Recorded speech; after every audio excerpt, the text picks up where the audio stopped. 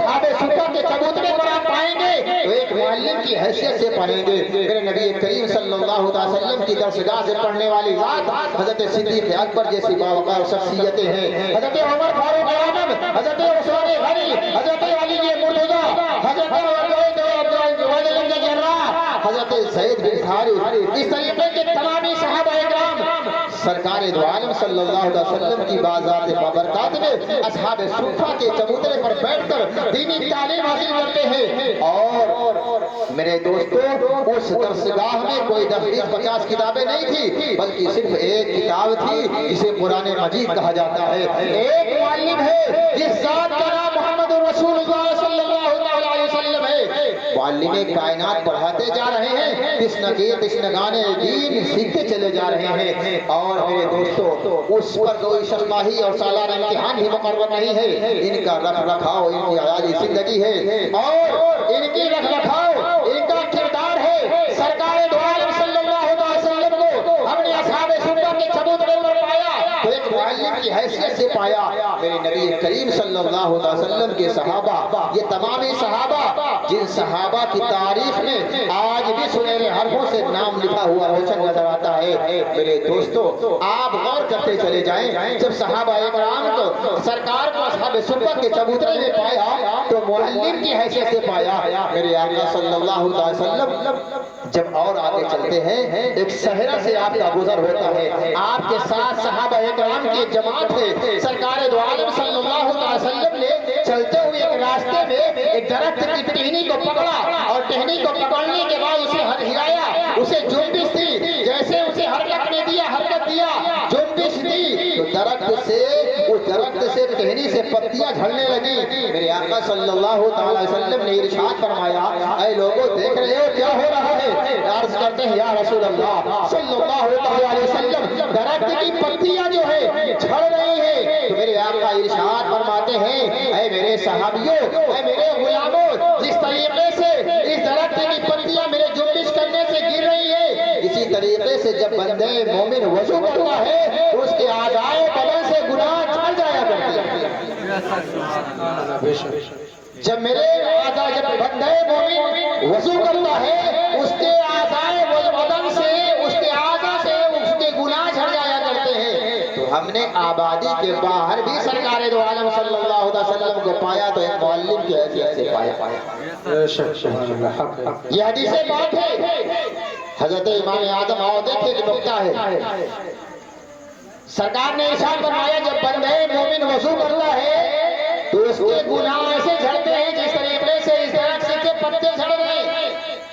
حضرت امام اعظم ابو حنیفہ رضی اللہ تعالیٰ عنہ کے ظاہری زمانے میں دور ایک شخص نے یہ سوال کیا، کیا سرکار امام اعظم کی بارگاہ میں سوال کیا ہے، میرے امام یہ ہمارے بات کی سمجھ میں نہیں آئی۔ آقا نے ارشاد فرمایا کہ جب بندے مومن وضو کرتا ہے تو اس کے اعضائے بدن، اعضائے وضو سے اس کے گناہ جھڑ جاتے ہیں، اور اس طریقے سے جھڑتے ہیں جس طریقے سے درخت کے پتے جھڑتے ہیں۔ اے میرے امام یہ بات ہمارے سمجھ میں نہیں آئی، اسے سمجھا دیا جائے۔ حضرت امام اعظم ابو حنیفہ رضی اللہ تعالیٰ عنہ نے اس شخص کا ہاتھ پکڑا اور پکڑنے کے بعد اسے مسجد میں لے کر کے گئے۔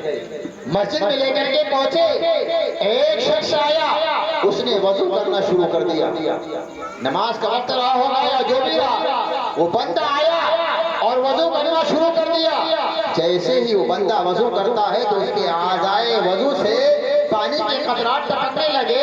میرے امام اعظم ابو حنیفہ رضی اللہ تعالیٰ عنہ نے جس شخص نے سوال کیا تھا اس پر ایک خصوصی توجہ ڈالی، نگاہ ولایت کو ڈالا، اس کی آنکھوں سے کچھ حجابات اٹھے، اور آقا اور امام اعظم ابو حنیفہ ارشاد فرماتے ہیں، اے بندے یہ جو بندہ وضو کرتا ہے اس بندے کے اعضائے وضو سے دیکھ پانی جو ٹپک رہا ہے یہ کیسا پانی ٹپک رہا ہے۔ اس بندے نے جب غور سے دیکھا تو کہتا ہے، اے میرے امام اس کے اعضائے وضو سے جو پانی ٹپک رہا ہے وہ مثل کیچڑ کے ٹپک رہا ہے، یعنی اس کے پانی جو ٹپکتا ہے، جو یہ وضو کرتا ہے تو جو پانی ٹپکتا ہے کیچڑ کے مثل ہے۔ امام اعظم ابو حنیفہ نے ارشاد فرمایا دیکھ لیا؟ کہا جی حضور میں نے دیکھ لیا۔ تھوڑی ہی دیر کے بعد دوسرا شخص آیا اور آنے کے بعد اس نے وضو کرنا شروع کر دیا۔ میرے امام نے اس سے کہا اے سوال کرنے والے سائل، اب اس کے اعضائے وضو سے جو پانی ٹپکتا ہے اس کو دیکھیے کیسا ٹپکتا ہے۔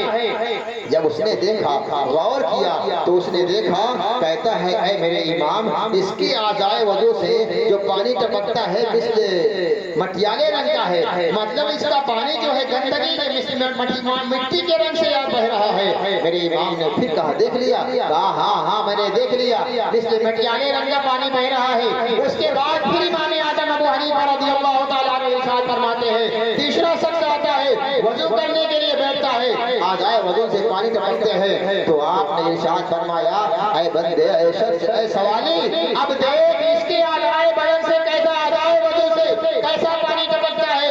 تو کہتا ہے اے امام اس کے اعضاء سے جو پانی ٹپکتا ہے بالکل صاف و شفاف نظر آتا ہے، کوئی گندگی نہیں نظر آتی ہے، بالکل صاف نظر آتا ہے۔ میرے امام نے کہا ٹھیک ہے دیکھ لیا۔ تینوں شخص میں سے پہلے شخص کو امام اعظم ابو حنیفہ رضی اللہ تعالیٰ عنہ نے اپنے قریب بلایا اور بلانے کے بعد اس شخص سے ارشاد فرمایا اے شخص یہ بتا کہ تو نے کون سا گناہ کیا؟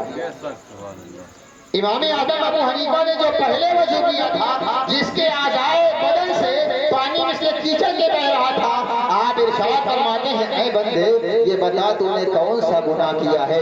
وہ بندے کے بدن سے بدن میں ریشہ طاری ہو گیا، ہوٹوں پر تپتپی طاری ہو گئی اور لرزنے لگا اور اپنے بڑے لرزتے ہوئے اس نے دیکھ لیا تھا، اس نے جان گیا اور وہ سوچا کہ یہ کوئی اور نہیں ہے، اپنے وقت کا امام ہے، اللہ کا ولی ہے، اس سے میں اپنے گناہ کو چھپا نہیں سکتا۔ اس نے عرض کیا حضور مجھ سے زنا کا گناہ سرزد ہو گیا ہے، میں نے زنا کیا ہے۔ اللہ اللہ، جیسے کہا مجھ سے زنا کا گناہ سرزد ہوا ہے، امام اعظم ابو حنیفہ ارشاد فرماتے ہیں اے شخص زنا گناہ کبیرہ ہے، اس لیے اس کے اعضائے وضو سے جو پانی ٹپک رہا تھا وہ مثل کیچڑ کی طرح بدن ٹپک رہا تھا، اس کے گناہ جھڑ رہے تھے۔ اس کے بعد اعضائے وضو کو باہر کیا، دوسرے شخصوں کو بلایا اور کہا یہ بتاؤ کہ تم نے کون سا گناہ کیا ہے۔ اس نے بھی حضرت امام اعظم کے ریب و جلال سے واقف تھا، اسے معلوم ہے یہ اپنے وقت کا امام ہے، اپنے وقت کا اللہ کا ولی ہے، اس سے راز کو چھپایا نہیں جا سکتا۔ اس نے کہا ہے میرے امام مجھ سے جھوٹ کا گناہ سرزد ہوا ہے، میں ابھی جھوٹ بول کر کے آ رہا ہوں۔ حضرت امام اعظم ابو حنیفہ ارشاد فرماتے ہیں اے شخص سنو، اے سوالی سن، یہ جو گناہ ہے یہ زنا سے کم درجے کا گناہ ہے، اس لیے اس کا گناہ جو مٹیالے رنگ میں بہ رہا تھا۔ تیسرے شخص کو بلایا اور بلانے کے بعد ارشاد فرماتے ہیں اے شخص یہ بتا کہ تو نے کون سا نیک کام کیا ہے۔ اے شخص یہ بتا کہ تو نے کون سا نیک کام کیا ہے۔ یہاں پر انداز سوال بدل دیا گیا ہے، ابھی تک سوالی سے سوال کیا جا رہا تھا کہ تم نے کون سا گناہ کیا ہے، لیکن آپ نے اس کے دل کے ارادے کو پھر لیا ہے۔ آپ نے ارشاد فرمایا اے شخص یہ بتا تو نے کون سا نیک کام کیا ہے۔ تو اس کی آنکھوں میں آنسو آ گئے اور روتے ہوئے عرض کرتا ہے حضور آج میرا راز کھل جائے گا، آج میرا راز کھل جائے گا۔ آپ پوچھ ہی رہے ہیں، آپ اللہ کے ولی ہیں، اپنے وقت کے امام ہیں، اب آج مجھے بتانا ہی پڑے گا۔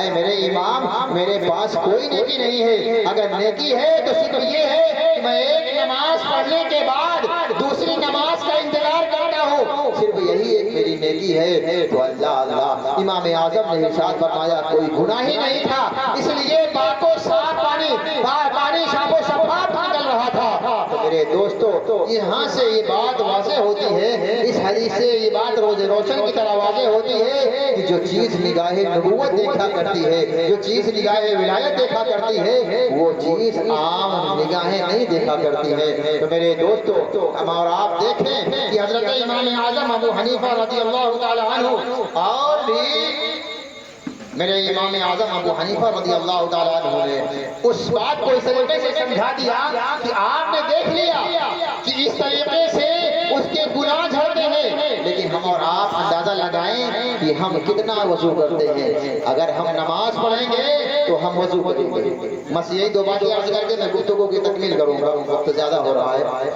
اگر ہم اور آپ نماز پڑھیں گے تو اس کے لیے وضو کریں گے. ایسا بھی نہیں ہے کہ صرف نماز کے لیے وضو کیا جائے. اگر آپ ہمیشہ باوضو رہتے ہیں تو اس میں بھی آپ کو ثواب ملے گا. آپ جب بھی مسجد میں داخل ہو وضو کر لیں, باہر جاتے ہیں وضو کر لیں. آپ وضو کریں گے, آپ کو آپ کے نامہ اعمال میں ثواب لکھا جائے گا, آپ کے گناہ جھڑیں گے.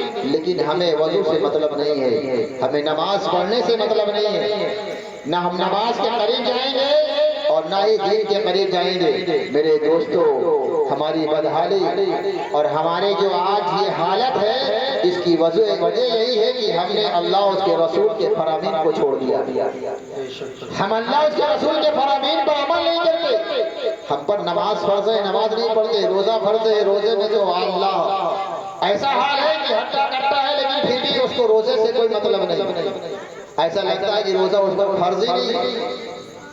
تو ہمیں اللہ نے نماز ہم پر فرض کی ہے, ہمیں اور آپ کو نماز پڑھنا چاہیے.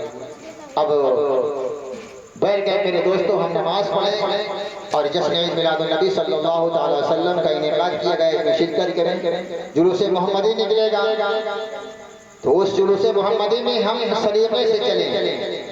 سلیقے سے چلنے کا مطلب یہ ہے کہ باوضو رہیں, درود پاک کا ورد پڑھ کرتے چلیں, تو اس میں ہمیں ثواب بھی ملے گا اور ہمارے نامہ اعمال میں نیکیاں بھی لکھی جائیں گی. اب یہ نہیں کہ ڈی جے لگا لیا جائے تو اسی میں تھرکتے رہیں, تو اس سے ہمیں ثواب نہیں ملے گا, بلکہ ہمارے نامہ اعمال میں گناہ بھی لکھے جائیں گے.